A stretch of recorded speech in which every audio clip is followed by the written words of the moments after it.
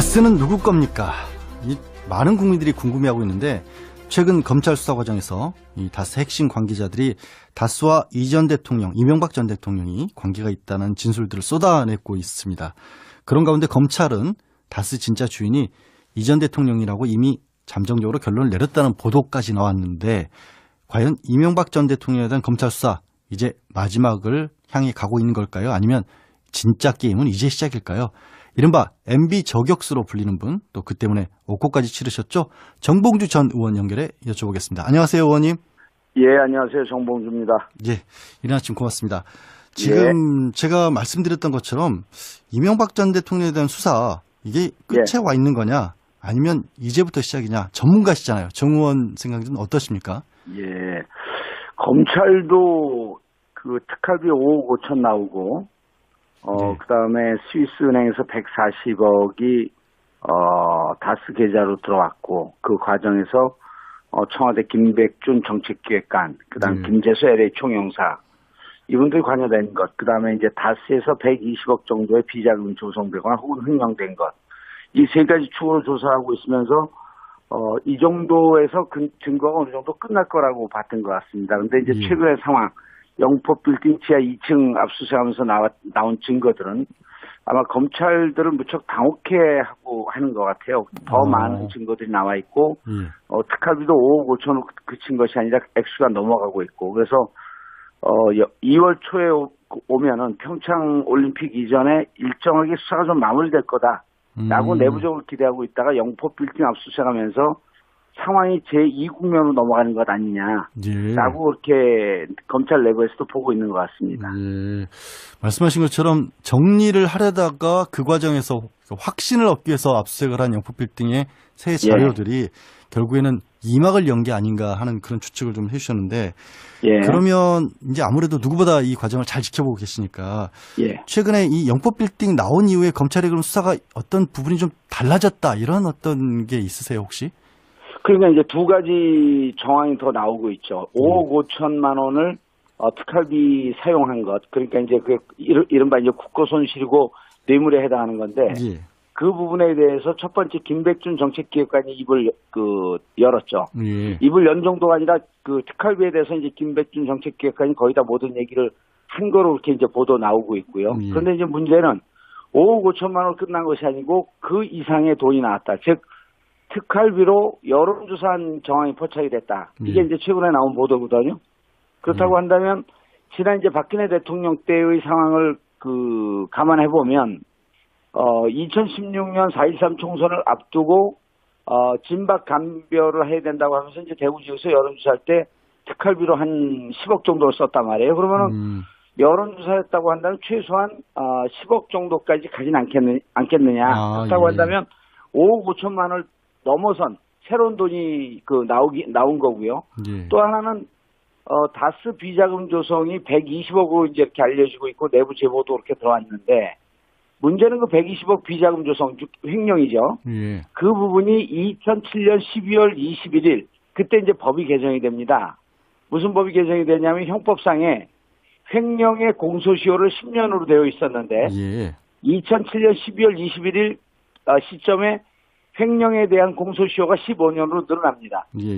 그렇다고 한다면 120억에 대해서 내부 그 비자금 조성한 게 2007년 12월 21일 이전으로 검찰은 보고 있다가 최근에 수사하고 압수수색하는 과정에서 보니까 그것이 아니고 2008년을 넘어서까지도 비자금 조성한 흔적이나 횡령의 흔적이 있더라. 그렇다고 한다면 이제 공소시효가 넘어간 거죠. 그렇죠. 공소시효가 넘어갔는데 그 공소시효 넘어갔을 때 비자금 조성만 문제가 되는 게 아니고 이제 진행자도 이제 변호사이기 때문에 잘 아시겠지만 그전과 동일한 수법으로 계속 비자금이 조성이 됐다라고 하게 되면 계속 진행된 범죄, 즉 포괄일죄로 보면서 앞에서 진행됐던 비자금 조성 혹은 횡령, 또 2008년 이후에 조성된 비자금 조성 혹은 횡령, 이 부분이 다 묶이면서 포괄일죄로 공소시효가 15년이 되는 거거든요. 그러니까 이제 이 액수 때문에 결국은 120억도 액수도 늘어날 뿐만 아니라 공소시효도 늘어나서 다스에 대해서는 전체적으로 조사할 수 있는 시간적 여유를 확보했을 뿐만 아니라 전체 범죄의 규모와 액수도 늘어났다. 검찰은 이렇게 보고 있는 것 같습니다. 청취자분들 이해를 돕기 위해서 제가 잠시 정리를 좀 드리자면 그동안에는 2007년경에 그 다스를 만드는 과정 혹은 대선 자금에 이용하기 위해서 뭐 도곡당 땅 등을 매매해서 비자금을 조성하는 것들이 다 끝났다라고 보고 있었는데 최근에 새롭게 조사를 해보니까 지금 정 의원님께서 정리를 해주신 것은 2008년을 넘어서까지 그런 범죄들이 계속해서 일어났었고 그러면 이렇게 쭉 이어진 범죄는 마지막에 딱 끝났을 때부터 공소시효를 삼거든요. 그래서 지금 검찰에서 충분히 뭐 횡령이나 아니면 배임 등으로도 그 모든 것들을 다 수사를 할 수 있다. 이렇게 지금 정리를 해주신 겁니다. 의원님 제가 말씀드린 게 맞는 거죠? 예, 맞습니다. 예. 그러면 결국에는 이명박 대통령 수사 이제 새로운 시작이란 쪽이 맞는 것 같고요. 이제 전문가로서 언론에 조선 그 보도되었던 그것보다는 이제 더 규모가 커지고 공소시효도 늘어나서 아마 그 검찰 입장에서는 대부분이 이제 올림픽을 보고 시기 조정하는 거 아니냐 그러면서 이제 일각에서는 댓글을 보게 되면 왜 검찰이 정치적 고려를 하냐 이런 비판이 있을 때마다 이제 저도 댓글을 달면서 그것이 아니라 아직까지 조사가 끝나지 않은 것 같다. 왜냐하면 더 많은 증거와 더 많은 자료가 나왔기 때문에 특히 영포 빌딩 지하 2층에서 나온 자료 그다음에 김백준 정책기획관이 밝히고 있는 증언 이런 등등을 보게 되면 아마 MB의 혐의는 점점 더 커지고 눈덩이처럼 불어나고 있는 것 같다. 지금 댓글을 직접 다신다고 말씀하셨는데 그렇게 이제 이명박 전 대통령과 거의 10년을 이제 정 의원께서 싸우시다가 결국에는 한동안 정치인으로서 활동도 못 하셨지 않습니까? 그렇습니다. 지난해 유일하게 정치인으로서 사면도 받으셨고 이제 갑작스럽지만 어제 예견됐다고 해야 될까요? 갑작스럽다고 해야 될까요? 더불어민주당 복당 선언을 하셨어요. 복당 기자회견을 했습니다. 심사는 남아 있지만 뭐 복당이 뭐 당연히 될 것으로 보이고 그러면 결국에는 이제 출마를 하셔야 할 거 아닙니까? 어느 쪽인지 서울시장 쪽에서 무게가 있겠죠.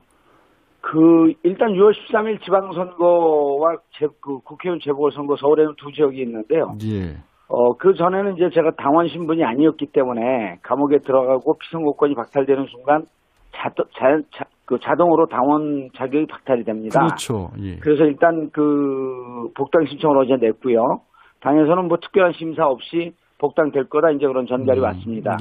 그런데 이제 6월 13일은 서울의 두 개 지역에 국회의원 선거가 있고, 그다음에 이제 서울시장 등의 이제 지방선거가 있는데, 그 전에 제가 자유롭게 말씀을 드릴 수 있었지만 이제는 당원이 된 신분이기 때문에 당의 지도부와 의논을 해서 당에서 어느 방향으로 저를 쓰임새에 쓸 것이냐라고 하는 걸 당하고 이제 충분히 좀 의논을 해야 되기 때문에 조금 더 신중하고 조금 더 이제 말하기가 좀 어려운 형편이 되어 있죠. 그러니까 지금 상황에서 말씀 말고요. 그 전에 조금 전에 말씀하신 것처럼 조금 더 자유롭게 말씀하실 때는 아무래도 이제 국회의원보다는 조금 더 무게감 있는 쪽으로 나가야 되는 게 아니냐. 또 듣는 사람들은 그렇게도 많이 또 들었거든요. 서울시장 쪽의 무게가. 그러니까 개인적인 당과의 입장 말고 개인적인 뭐 마음이라고 해야 될까요? 무게감은 그래도 서울시장 쪽이 조금 더 있으실까요? 근데 이제 제가 그 전에 정치를 못하고 벼랑간에 해금이 돼서 복권이 돼갖고 이제 조금 흥분된 마음에 이런저런 얘기를 했는데, 솔직한 심정은 제가 몇 번 방송에서도 말씀드렸지만 자리에 연연해서 역할을 찾는 그런 판단은 좀 안 하고 싶어요.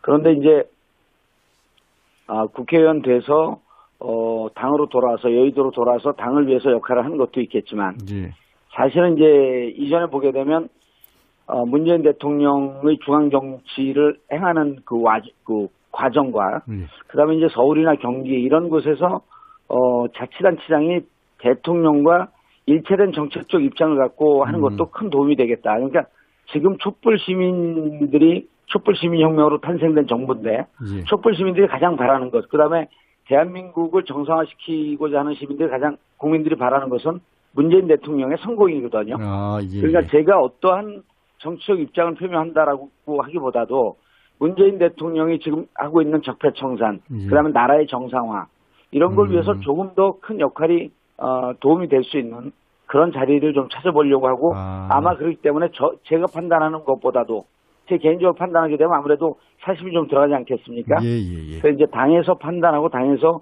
객관적으로 결정하는 것을 좀 기다리려고 하는 입장입니다.